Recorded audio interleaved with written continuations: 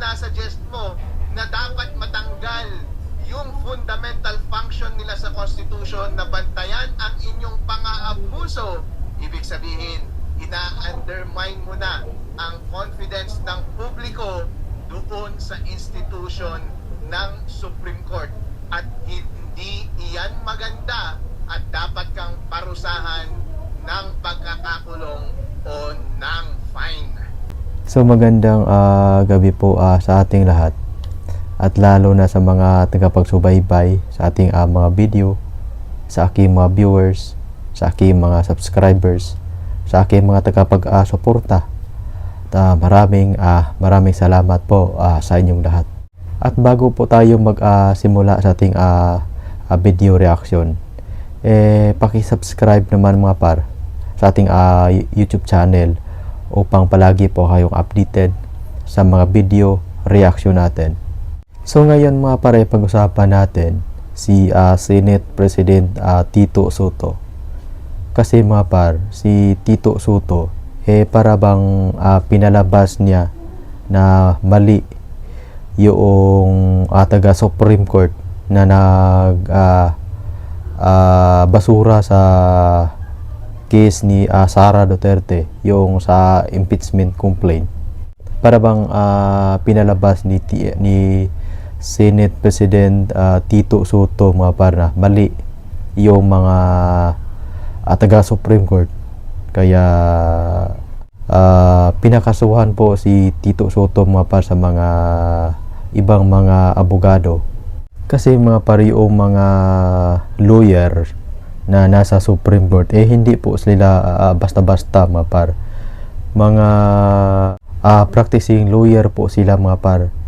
Tapos ganun lang ang isasabi ni Senate President Tito Soto na para bang mali yung mga taga Supreme Court.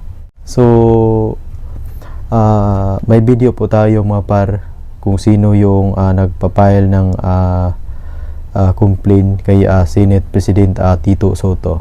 So para mas maintindihan po nating lahat mga par, at ipakita ko po sa inyo Ng isang public official at siguro pati na rin yung pribadong citizen sa pagkokomento kaugnay sa naging desisyon po ng Korte Suprema.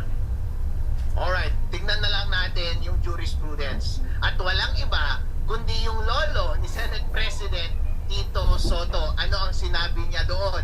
Sabi niya, yung mga nasa Supreme Court ay evil at incompetent, at itong mga taong ito ay dapat ng palitan. Meron bang sinabi si Senate President Vicente Soto III ngayon na katulad noon? Meron. Sinabi niya, mag-charter change na lang tayo para ilagay natin sa tamang pwesto ang Supreme Court. At sinasuggest niya na mapalitan na yung mga nakaupo doon sa Supreme Court. Ibig sabihin, gusto niyang matanggal yung checks and balances doon sa Supreme Court na kumokontrol sa pang-aabuso na ginagawa ng Senate. Senate President Tito Soto, may balak ka bang buhayin yung sinabi ng void na impeachment case laban kay Sara na nasa Senate ngayon? Pero basic po yan, karapatan po ng bawat mamamayan, kasama na ang mga senador at mga public servant, na magsalita at magbigay ng fair comment sa kahit na anong bagay na pinag-uusapang pampubliko. Kaso nga lang, kapag ini-intimidate mo na yung Supreme Court, kapag binubuli mo na yung Supreme Court, sinasabi mo na dapat nang palitan yung mga tao dyan dahil incompetent sila at evil, at sinasuggest mo na dapat matanggal yung fundamental function nila sa Constitution na bantayan ang inyong pang-aabuso, ibig sabihin, ina-undermine mo na ang confidence ng publiko doon sa institution ng Supreme Court. At hindi iyan maganda at dapat kang parusahan ng pagkakakulong o ng fine.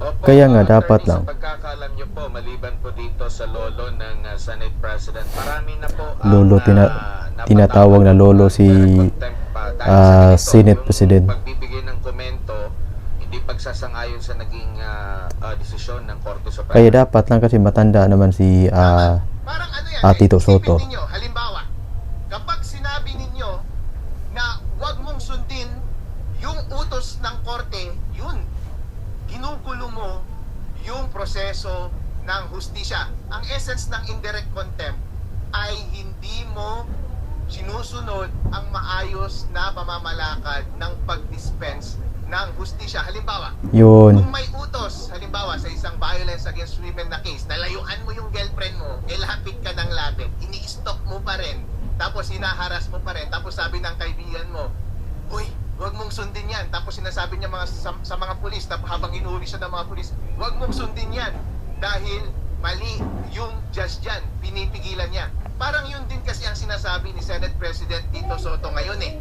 Noong sinabi mo ba, Senate President Tito Sotto, na hindi tama yung desisyon ng Supreme Court, parang lumalabas na gusto mong buhayin pa rin at isapilitan na paanda rin pa rin yung impeachment case laban kay Sara na nasa Senate ngayon. Hindi maganda yun kasi konti na lang ay sinisira mo na yung maayos na pamamalakad ng hustisya sa ating bansa. Kapag sinabi ng Supreme Court na tama na, huwag nyo nang ituloy, huwag ka nang magsalita na Kaya nga. nagsasuggest pa na parang itutuloy mo pa. Tapos sinasabi, Kaya nga, bakit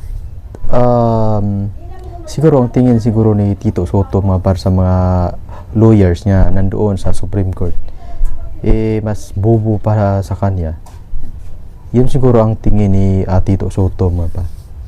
Alam niyo mga par, si Tito Sotto hindi siya lawyer, hindi siya abogado. Tapos ganun yung isasabi niya sa mga